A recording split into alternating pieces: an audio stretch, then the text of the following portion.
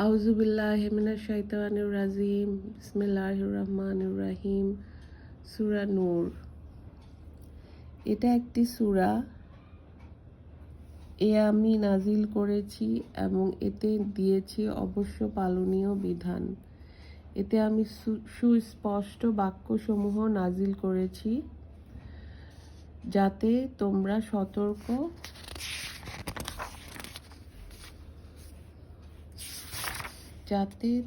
সতর্ক হও।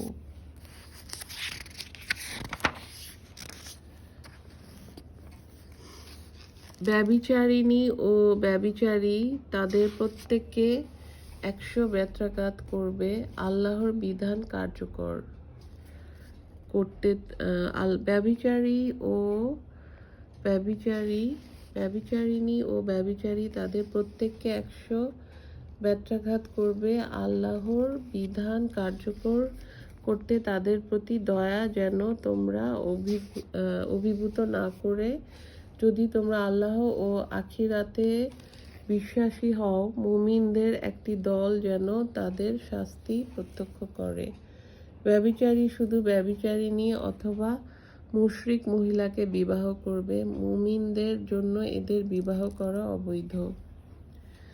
যারা সাধী রমণীর প্রতি অপবাদ রটনা করে এবং স্বপক্ষে 4 জন সাক্ষী উপস্থাপন না করে, তাদের 80 বার বেত্রাঘাত করবে।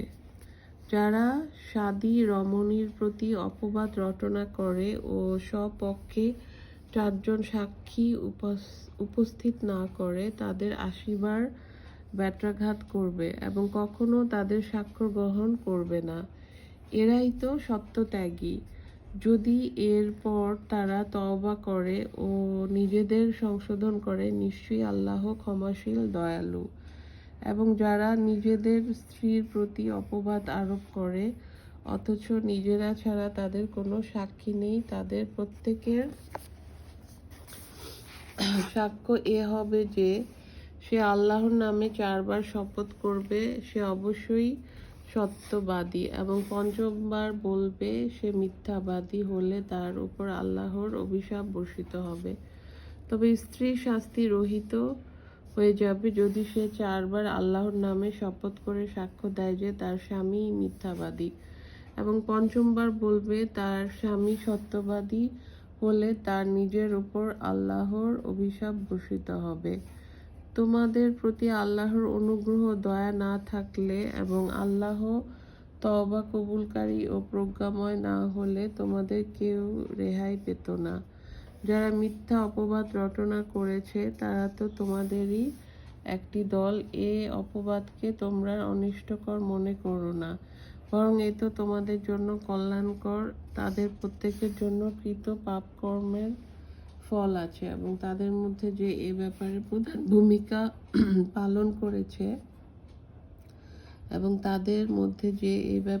প্রধান ভূমিকা পালন করেছে তার জন্য আছে কঠিন শাস্তি।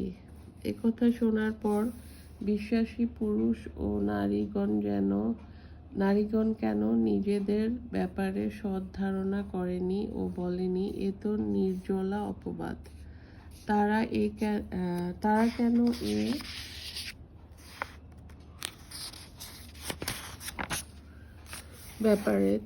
এ ব্যাপারে 4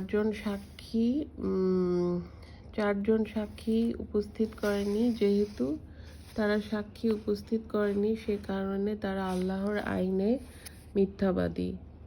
দুনিয়া ও আখিরাতে তোমাদের প্রতি আল্লাহর অনুগ্রহ ও দয়া না থাকলে তোমরা যাতে মগ্ন ছিলে তার জন্য কঠিন শাস্তি তোমাদের স্পর্শ করত। যখন তোমরা মুখে মুখে এটা প্রচার করছিলে এবং এমন বিষয় মুখে উচ্চারণ করছিলে যার কোনো জ্ঞান ছিল না, এবং তোমরা একে তুচ্ছ মনে করেছিলে, যদিও আল্লাহর দৃষ্টিতে এ ছিল গুরুতর বিষয়।